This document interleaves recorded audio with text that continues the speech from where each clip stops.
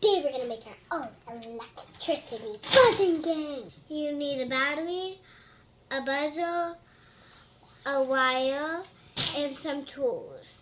Cut some small pieces of wire for your handles. I'll cut a longer piece for the green piece. Drill 2 holes in the wood. Put the end of the wires into the holes. We can make whatever shapes we want. Bend your handle so it has a circle on the end. Now hook up your buzzer and batteries and wire like this. We 3D printed a holder for the batteries. I'll try to get around without touching the wire.